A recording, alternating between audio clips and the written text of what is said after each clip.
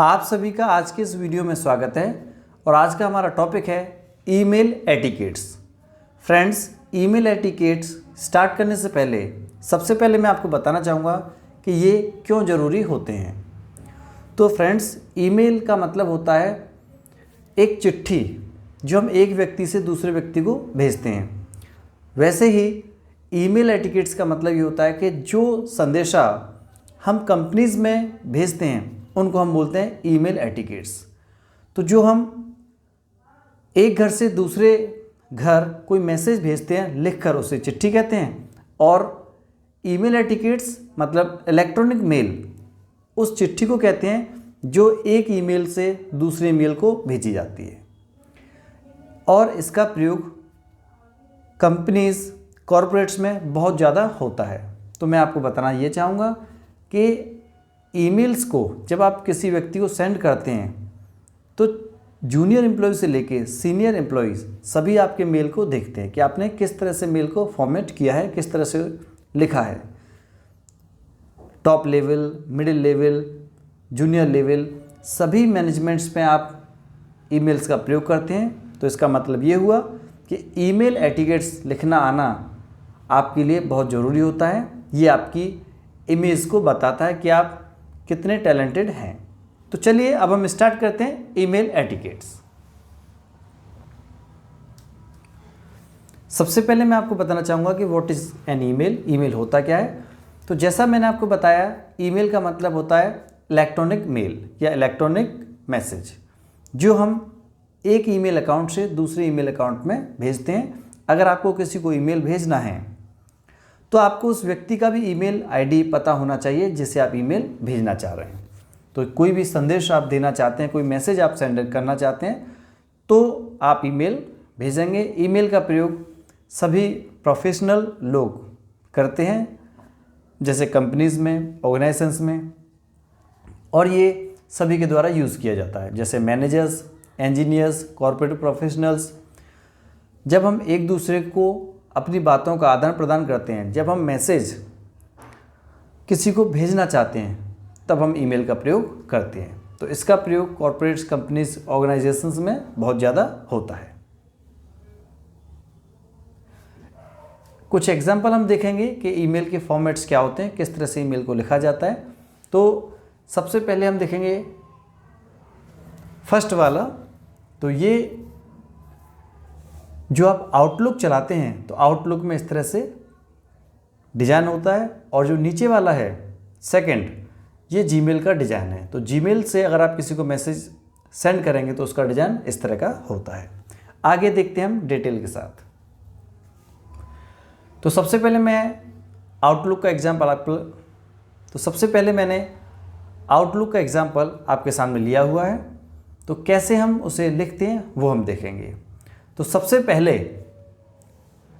जो टू है, टू में हम उस व्यक्ति को लिखते हैं, उस व्यक्ति का ईमेल लिखते हैं जिसे हम मैसेज सेंड करना चाहते हैं। दूसरा आता है ऑप्शन सीसी का। तो सीसी के ऑप्शन में हम किसे लिखेंगे, इस ऑप्शन में हम उस व्यक्ति को लिखते हैं, उस व्यक्ति की ईमेल आईडी लिखते हैं जिसे हम इन्फॉर्म करना चाहते हैं। जैसे मान लीजिए आपको किसी व्यक्ति को मैसेज करना हो कंपनी में और आप चाहते हो कि इसकी सूचना मेरे बॉस को भी रहे, तो हम बॉस का ईमेल आईडी उसमें लिखेंगे। इसके बाद आता है बीसीसी। इसमें उस व्यक्ति को लिखा जाता है जिसकी सूचना हम किसी दूसरे को नहीं देना चाहते। मतलब ये हुआ कि जो बीसीसी में ईमेल लिखते हैं वो टू और सीसी में रखे हुए व्यक्ति को नहीं दिखता है। ये सिर्फ और सिर्फ जो सेंडर होता है उसी को दिखेगा। अगर ज़रूरत है तो आप इसको लिख सकते हैं। इसके बाद आता है सब्जेक्ट। सब्जेक्ट में हम वो लिखते हैं जिसके बारे में आप मेल लिखना चाहते हैं। तो जो सब्जेक्ट बॉडी है, सब्जेक्ट में जो आप लिखना चाहते हैं, तो सब्जेक्ट लाइन में हम मेल का एक निचोड़ लिखते हैं कि आप जो मेल करने जा रहे हो वो किस बारे में लिखा हुआ है। और लास्ट में होता है हमारा बॉडी, मतलब मेल बॉडी। इसमें कंप्लीट इन्फॉर्मेशन लिखा जाता है कि मेल क्या है, किसके बारे में आप करना चाह रहे हैं, क्या आपको काम है, क्या इन्फॉर्मेशन आपको देना है। तो सभी जानकारी इस बॉडी में लिखा जाता है। अब हम देखते हैं कि एक लिखते कैसे हैं हम मेल को। तो देखिए, सबसे पहले हमने टू में एक आईडी लिखा, जैसे vinod.mishra@gmail.com। इस तरह से किसी का मेल आईडी होता है तो हमने टू में लिखा। सीसी में आप अपने बॉस को लिखना चाहते हैं कि उसकी सूचना या उसकी इन्फॉर्मेशन उसके पास रहे, आपके बॉस के पास रहे, तो arjunmishra@gmail.com आपने सीसी में लिखा। बीसीसी में ज़रूरी है तो आप लिख सकते हो, नहीं है तो आप छोड़ सकते हैं। सब्जेक्ट लाइन में जैसे किस चीज़ के बारे में आप मेल सेंड करना चाहते हैं तो वो सब्जेक्ट आप लिखेंगे। जैसे रिगार्डिंग पीपीटीज, तो मैंने ये मेल पीपीटी के बारे में लिखा है कि मैं किसी को पीपीटी सेंड करना चाहता हूँ या पीपीटी के बारे में कुछ जानकारी लेना चाहता हूँ या देना चाहता हूँ, तो मैंने सब्जेक्ट लिखा। इसके बाद नीचे लिखा मैंने dear sir kindly find the attachment of PPTs, मतलब मैंने पीपीटी के बारे में उनको जानकारी दिया है तो नीचे उनको बता दिया कि इस अटैचमेंट में पीपीटीज हैं। इस तरह से आप लिख सकते हैं। आगे चलते हैं। अब आपको बताना चाहूँगा कि मेल किस तरह से लिखना चाहिए, क्या क्या उसके अंदर होना चाहिए। तो हमेशा आपको एक ग्रीटिंग उसमें लिखा जाता है, ग्रीटिंग आपको लिखना होता है, जैसे डियर सर, रिस्पेक्टेड सर, आप उसमें लिखेंगे। नोट टू रिमेंबर, इसमें आपको रिमेंबर रखना है कि किस तरह से आपको मेल लिखना चाहिए और क्या नहीं लिखना चाहिए। तो जैसे हमें jargon, slang, grammar mistakes, spelling mistakes ये सभी नहीं करना चाहिए। स्लैंग इसका मतलब होता है कि कठिन वर्ड्स या जो इंग्लिश के ऐसे वर्ड्स हैं जो कि आम तौर पर नहीं यूज़ किए जाते हैं, इस तरह से टफ वर्ड्स को यूज़ नहीं करना चाहिए, जार्गन का यूज़ नहीं करना चाहिए। हमेशा मेल को जब आप सेंड करें तो आप उसकी स्पेलिंग को चेक करें कि कुछ आपने गलत तो नहीं लिखा, जिससे आपकी जो इमेज है वो ख़राब ना हो। अगर आपकी स्पेलिंग गलत है, आपने गलत वर्ड्स का यूज़ किया है, तो इससे आपकी जो इमेज है वो नेगेटिव मतलब अनप्रोफेशनल हो सकती है। जो आप फ़ॉन्ट का यूज़ करें तो वो क्लासिक यूज़ करें। इसके अलावा शॉर्टकट जो आजकल बहुत ज़्यादा यूज़ होती है भाषा, ऐसी लैंग्वेज का यूज़ आप ना करें। ऐसी यूज़ जैसे कि इंग्लिश वर्ड में HRU मतलब आजकल बहुत चल रहा है, जैसे बोलते हैं हाउ आर यू तो डायरेक्ट लिख दिया आपने HRU, तो ये सब गलत है। जैसे ग्रेट तो GR लिखा और 8 लिख दिया, ये कोई भाषा हुई क्या।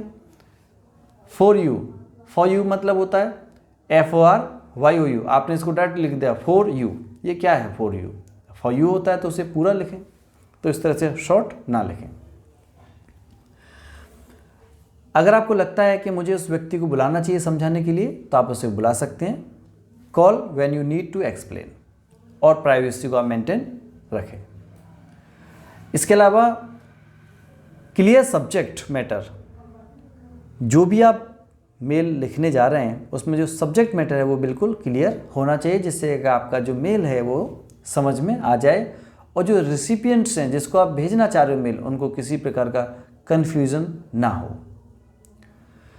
और मेल में कैपिटल जो लेटर्स हैं उनका यूज़ ना करें। ऐसा लगता है कि आप मेल के ऊपर चिल्ला रहे हो। अगर आपका मेल अर्जेंट है फिर भी आप इस तरह की भाषा का यूज़ ना करें। राइट टू द पॉइंट की बात करें।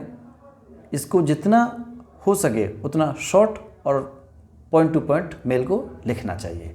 फालतू की बात घुमा फिरा कर इस तरह से नहीं करना चाहिए कि सामने वाले को आपका मैसेज जो आप करना चाह रहे हो वो समझ में ही ना आए। ऑलवेज इंक्लूड करेक्ट रिसिपिएंट्स, आप जिनको मेल सेंड करना चाहते हैं याद रहे उन्हीं का ईमेल आईडी आप मेल में डालें। ऐसा ना हो कि आप गलत ईमेल आईडी टाइप कर दें। Always include a signature, signature use करना बहुत ज़्यादा ज़रूरी होता है। इससे क्या होता है कि जिस व्यक्ति को आप मेल भेजेंगे तो वो व्यक्ति आपके बारे में ज़्यादा से ज़्यादा जान सकता है। तो जो आप मेल भेजते हैं तो जो मेल बॉडी के नीचे आप सिग्नेचर बना सकते हैं, जिसमें आप अपनी फुल डिटेल दे सकते हैं, जैसे अपना नाम, phone number, designation, mail ID, company name, ये सारी चीज़ें आप लिख सकते हैं।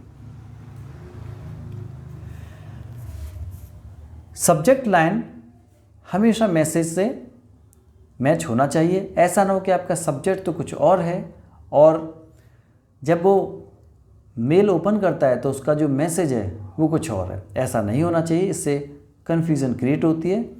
सब्जेक्ट मैसेज के सिमिलर ही होना चाहिए, अदरवाइज ये अनप्रोफेशनल कन्फ्यूजन क्रिएट करता है। डूज एंड डोंट्स, क्या करना चाहिए और क्या नहीं करना चाहिए। तो सबसे पहले मेल जो ईमेल आप लिखते हैं उसमें आप सिंपल भाषा का प्रयोग करें, जार्गन, स्लैंग, ग्रामर मिस्टेक ये सब ना करें। सब्जेक्ट मैटर क्लियर होना चाहिए और अप्रोप्रिएट ग्रीटिंग आप यूज़ करें। Consider the purpose of your mail, इसका मतलब होता है कि जो आप मेल लिखना चाह रहे हैं उसका उद्देश्य आपको क्लियर पता होना चाहिए। जैसे एग्जाम्पल के लिए एक अच्छी सब्जेक्ट लाइन हो सकती है मीटिंग डेट। इस तरह से आप जो है मेल लिखें।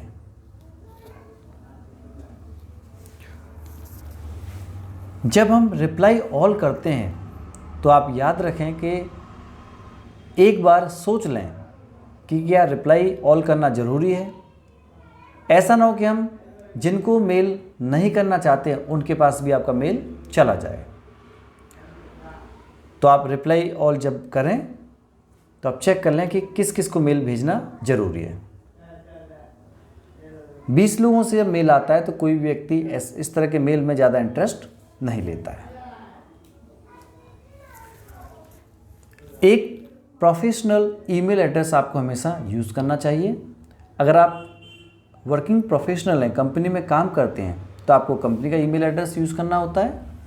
और अगर आप पर्सनल ईमेल आईडी से, पर्सनल ईमेल अकाउंट से मेल करते हैं तो वो भी आप एक सही अच्छे तरीके का ईमेल एड्रेस यूज़ करें, जिससे कि आपकी इमेज अच्छी बनती है। प्रूफ रीड एवरी मैसेजेस, जो भी मैसेज आप करते हैं उसे अच्छे तरीके से पढ़ लें कि आपने कुछ गलत तो नहीं लिखा है, क्योंकि एक बार आप जो मैसेज सेंड कर देते हैं उसी के अनुसार आपकी छवि, आपकी इमेज बनती है। हमेशा सिग्नेचर ब्लॉक का यूज़ करें, जैसे कि मैंने आपको अभी बताया। उसमें आपका डेजिग्नेशन हो सकता है, contact, email ID, department, company, ये सब हो सकता है। सो आपका बहुत बहुत धन्यवाद। अगर मेरा ये वीडियो आपको अच्छा लगा हो तो शेयर सब्सक्राइब जरूर करें। इस तरह के अगर आपको ये मेरा वीडियो अच्छा लगा हो तो शेयर सब्सक्राइब जरूर करें और इस तरह के और वीडियो आपको मिलते रहेंगे।